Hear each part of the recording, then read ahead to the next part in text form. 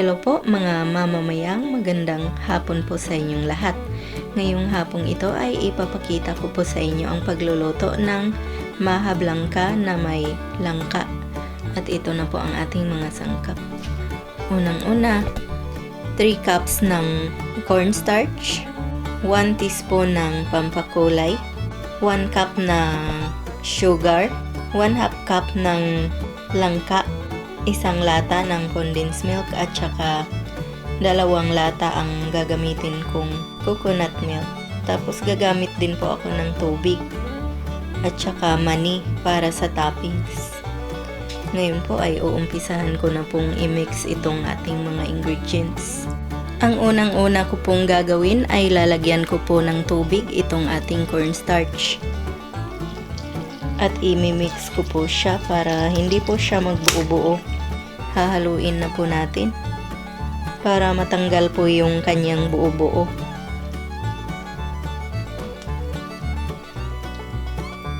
Dadamihan ko po ang paglagay ng tubig.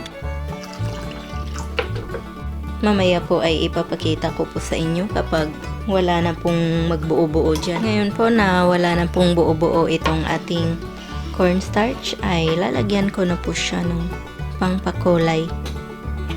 Itong powder po ang gagamitin ko para kaunti lang yung ilalagay kong kulay at talagang kukulay po siya. Mas maganda po kasi itong powder na pangpakulay na gagamitin natin kaysa doon sa liquid. Tignan nyo, konti lang yung nilagay ko tapos ang ganda na po ng kulay niya. Dadagdagan ko pa po siya ng konti. Tapos isasaulay ko na yung iba dun sa lalagyan. Mga 1 kutsarita lang na ganito kalaki po ang ginamit ko. Tapos hahaluin lang natin ng hahaluin. Ayos na yung kulay. Ngayon po ay uumpisahan ko na po siyang lutuin sa ating kawali at hahalu-haluin ko po siya. Nilagay ko na po yung ating cornstarch. Haluin nyo lang po ng hahaluin.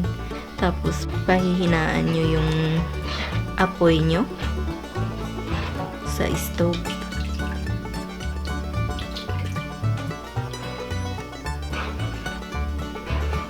Huwag nyo po siyang tatakpan. Kasi ganyan lang po ang paggawa ng Maja Blanca. Haluin lang ng hahaluin hanggang sa lumapot siya.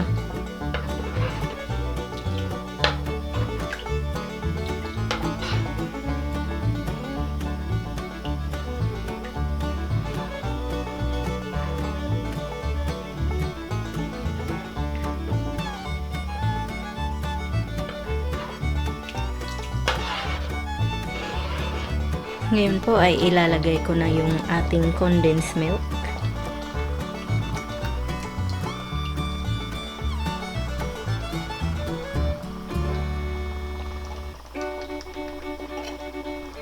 Inubos ko na po yung 1 lata. Pahihinaan pa po natin ng konti yung apoy. Tapos haluin lang natin ng hahaluin yung ating cornstarch mixture.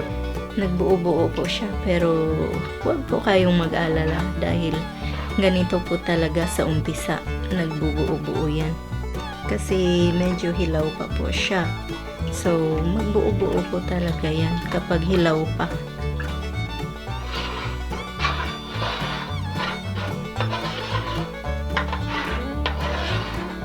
Ngayon po ay ilalagay na po natin ang ating coconut milk. Ayan na po ang ating coconut milk. Yan. Ang lapot po kasi nito. Kaya ganyan po ang itsura niya. Pero magmi-melt din po siya.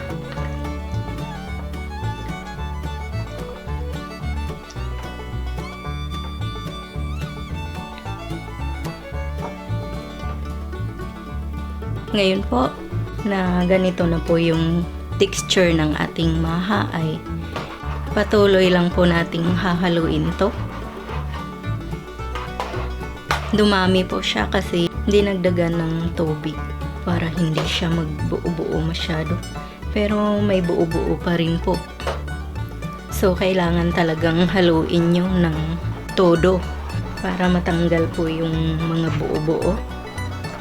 Ngayon po ay pwede na po tayong maglagay ng sugar na 1 cup. Tapos hahaluin lang natin. Malapit na po ito maluto.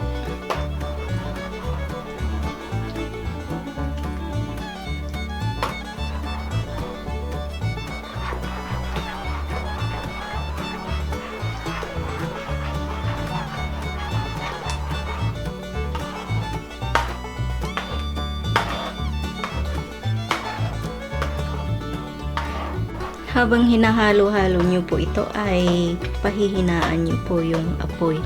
Yung pinakamahina po. Huwag nyong lakasan kasi masusunog po siya.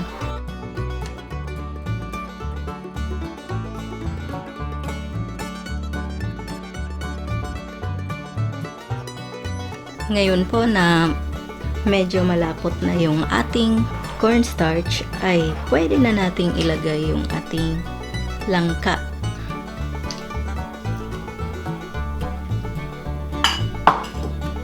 Tapos haluin lang po natin.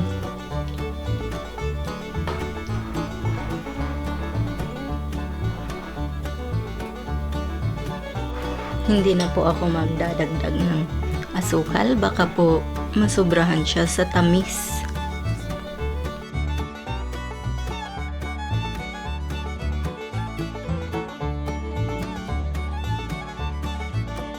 Malapit na po itong maluto.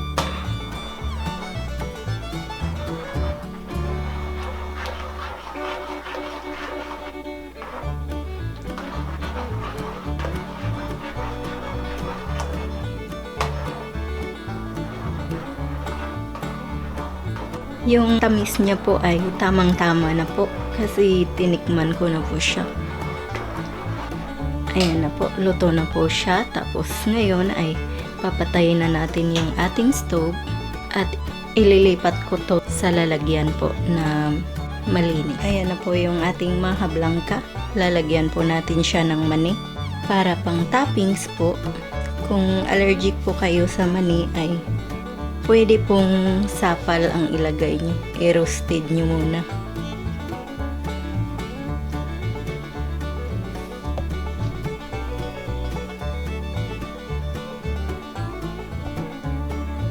Ngayon po ay ilalagay po muna natin to sa loob ng refrigerator para po lumamig siya at tumigas. Mamaya po pag malamig na ay ipapakita ko po sa inyo. Ito na po mga mamamayang ang ating Maja Blanca with langka. Sana po ay subukan nyo ang recipe ito. Sana mag-like, mag-share at mag-subscribe kayo. Maraming salamat po sa panonood nyo. Ito po ang inyong Ate Mayang na nagsasabing mabuhay.